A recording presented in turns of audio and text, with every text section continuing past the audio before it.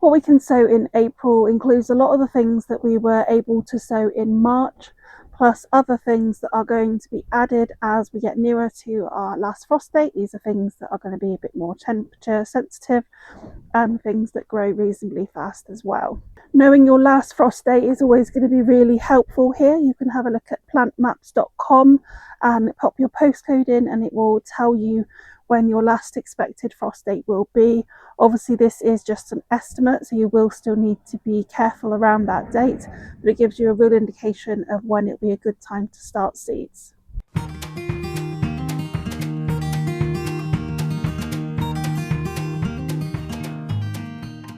As well as these videos with all the different plants that we can sow each month, we also have a newsletter which goes over what I'll be sowing each week throughout the month.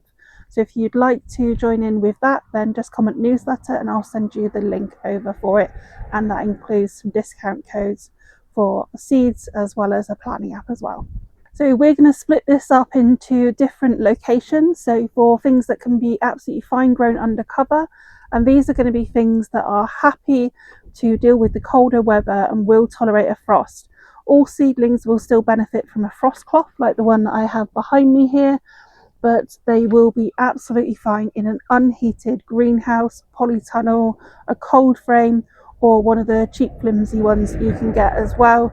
So if you've got any outdoor space that you can provide an undercover space, then you can definitely get going with quite a few seeds. And then the other place we're going to have a look at is in the house. So these are going to be things that do need that additional heat, and then they're going to be waiting to come outside till our night temperatures are around 10 Celsius plus, depending on the plant. These are things that definitely won't take a frost and will suffer if we do pop them outside. Many of these are also things that can wait and be sown next month if this is too early for you. But there are a few things that we do want to get in sooner, or we could of course buy them if you're only going to be growing a few anyway. So things that we can sow in the house this month is definitely tomatoes.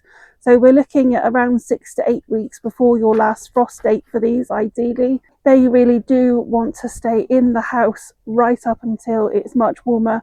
Although they will survive under cover around sort of 5 Celsius, they will not thrive necessarily and they will struggle.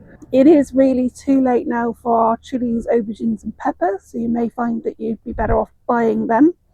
Then we could also sow our celery and our celeriac and our basil, and then loofahs and melons. The next things on the list are things that grow reasonably fast. They do want warmer temperature, and we may find that under cover that'll be absolutely fine if we do have a warmer half of the month from mid-month.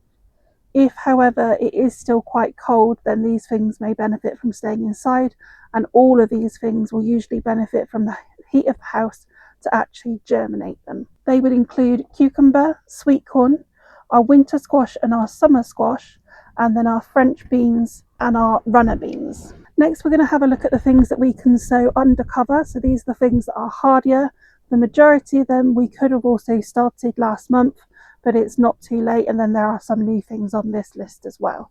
So that's things like our brassicas, so our summer or autumn cabbages, our cauliflowers, kohlrabi, carrots and kale, and then also Brussels sprouts as well. Then we have spring onions, lettuce and beetroot, leeks, and these would be our winter leeks, chard, spinach and artichokes, and then also peas or broad beans. So for planting directly outside or sowing outside, it's the perfect time to start our carrots, parsnips and radish. Then you could also plant your potatoes and broad beans and peas directly if that's something you want to do. If you've got a lot of issues with mice and rodents, then you might find them easier to do under cover. The other thing I will do at this time of the year is also dill, which seems to do best from direct sowing rather than starting cells. Other herbs that we could sow under cover would be our parsley, coriander, chervil and oregano. And then for our flowers, there are plenty of different flowers that will be absolutely fine under cover at this point. Once again, with a frost cloth, Many of them are half hardy, meaning that they will tolerate the cold but they won't tolerate a frost. So if you did have a sudden later frost that was quite hard, you may want to bring some of these in or make sure they're well protected under cover. That would include things like cosmos, zinnia, sunflowers, nasturtiums, calendula, marigolds, snapdragons, rudbeckia, and cornflowers. There are an extensive list of flowers, however, that can be started at this time of the year, so do check out the packet information and see when it suggests that you can start those. Please do let me know if you have any questions.